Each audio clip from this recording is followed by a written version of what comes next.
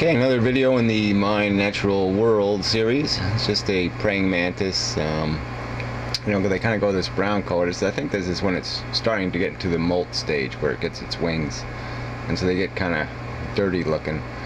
But it's interesting patterns you can see on them when they're changing. Just a little dead mole, one of the cats got, I guess. Just sat there and left in the lawn. This is an interesting bird. This is a pileated woodpecker, and they're as big as chickens. I mean, just huge birds. You know, they make. You know, unfortunately, the camera didn't pick up the sound because the sound's really incredible. Just this, you know, echoing drum sound almost. It doesn't even sound like a woodpecker. So low a sound. It's got such a big beak, and you know, they're really interesting birds. I never saw them much when I was a kid, so they're kind of like increasing in population, so that's one of the weird signs. It just might be that the forests are starting to get kind of old.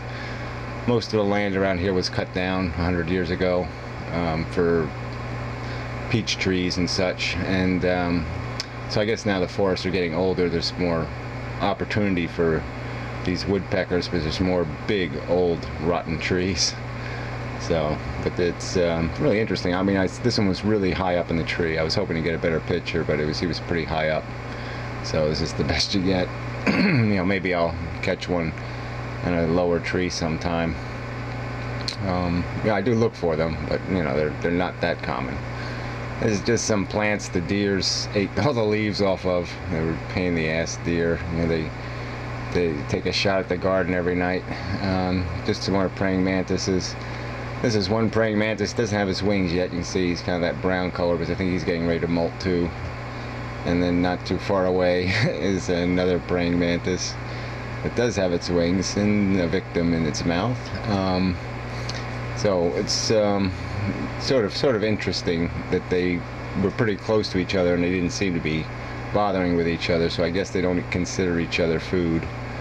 Not that opportunistic. And so you can see it's got some little hopping critter, I guess it was, a grasshopper of some kind. It's eating one of its legs. So, alright, so the rest of the video is going to be about this wasp. It's kind of a neat little thing. It was bright orange color, blue wings, and it's apparently one of those wasps that, you know, like captures a spider, and then it, you know, takes it wherever and lays an egg on it or something for its larvae to grow on, you know, to feed on it. And I saw it going across the ground, about a 20-foot span, you know, carrying the spider. And so then I got the camera, and it was already getting into the bushes, and so it's playing around with the spider. It stopped, but it was very conscious of my presence, and so I kept basically interrupting it because it would see me and stop what it was doing and fly around and look, you know, angry. And it even landed on my foot for a while, and that wasn't too good because I didn't know what it was going to do.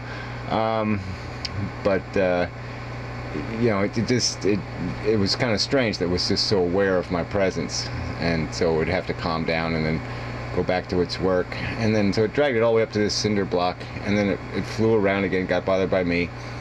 And the weird thing was, I think it forgot where it put the spider, because it went back to like where it was originally and went, you know, followed its own trail all the way back up to the spider again, which was sort of interesting. And so it disappeared in the weeds, and all of a sudden then I saw it climbing up this wood post for the deck, and it just, you know, it can go upside down, verticals, anything. It can just climb while it's carrying its victim. But it was sort of a dead end. I mean, I'm watching it and I'm saying, well, where's it going? I mean, it's a dead end post. There's no rails. There's no way to get to anything. And so it seemed kind of, you know, where's it going? So it's like it has an idea, but it's not smart enough to know that it's going down the wrong road. So it goes around this corner. I think it fell off and then started over again, but this time on the bricks.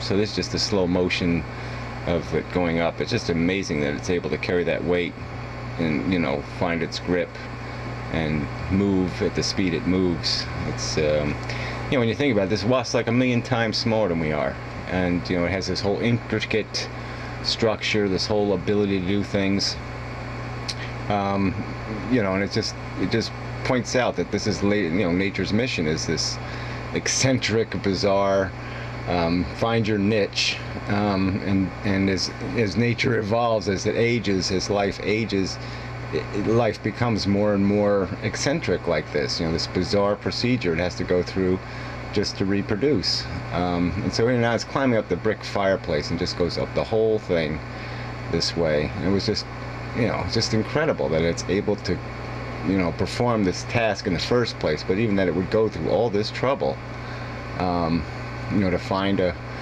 safe place or whatever it's looking for, whatever its standards are, whatever its programmed standards are. But again, it just makes you appreciate that when you think of the size of this fully functional little animal, can move vertically, move horizontally, do all these mechanical skills at this tiny micro level, and we look kind of dull and stupid by comparison. When you look at us physically, but we're operating in a different physical environment. I mean, gravity's a little different for us, all those forces are different, the physics are different for us. But certainly, we've capitalized on the intellect thing, and the physical hasn't been emphasized, where in these animals, it's obviously physical adaptations are the important ones. And so it basically, this is going to be a slow motion. It didn't come out too well of him going up the bricks, so I'll keep talking. But I mean, obviously there's a great deal of sophistication in how this animal's been designed, and our sophistication is in the fact that we've acquired this very eccentric intelligence, this capacity. But if you look at how we're using it, we're not maximizing. We're not hardly as efficient. I mean, we've certainly figured out how to dominate the environment, and yes, we're over reproducing, so by that standard we're successful. But we're just as caught in a silly trap as this wasp. I mean, we're going through all this nonsense to fulfill some sort of programming. And I think people it's just becoming more and more clear that people have no willingness to see past their programming, to see past what they've been born into, and try to figure out a better and a more sophisticated perspective. They just keep using the brain as a tool. It's just like one of these little legs on this wasp. It's just something to grab onto the rock and do what it's supposed to do so it can fulfill its mission, and we're still allowing the nature and the DNA to decide our mission. And it's just seems so stupid that we have the capacity to go beyond it, and all we use is our brain for it. It's just a scheming tool. It's just a hammer. It's just a tool for us to use to gain this stupid satisfaction that we're seeking. So that's a little tiny crack in the brick that it finally went into. I couldn't see it until I stepped back, and then I could see over the ledge that there was a little crack in the brick there, and that's where it went. So that's the end of the video. I got a couple more minutes, so I'll just say that that's nature. And then part of what also was in my natural world this week is I ended up with Lyme disease again, which is a microbe carried by a tick. Very small microbe, and so it's a little hard to they can't readily test for it. They have to go based on the antibodies, and I'm not sure whether I got bit by another tick or whether it can hide, and then you have to go through this whole thing. But anyway, so I got a bucket of pills I got to take because I basically have to keep killing it throughout its life cycles and hope that I get eradicated completely and that I don't have a reoccurrence. But I mean, this is technically the third and fourth time I've had to be treated for it, and it's no good. And it's because our society can't be rational. It's all because we can't have rational policy to reduce deer populations. They carry the ticks, even though the tick originates with a mouse. It's the deers that really spread them, and there's just no rational policy. People's approach to nature is just so stupid. I mean, they either make it sacred or they don't give a damn, and it's just there seems to be nobody in between those two idiotic extremes.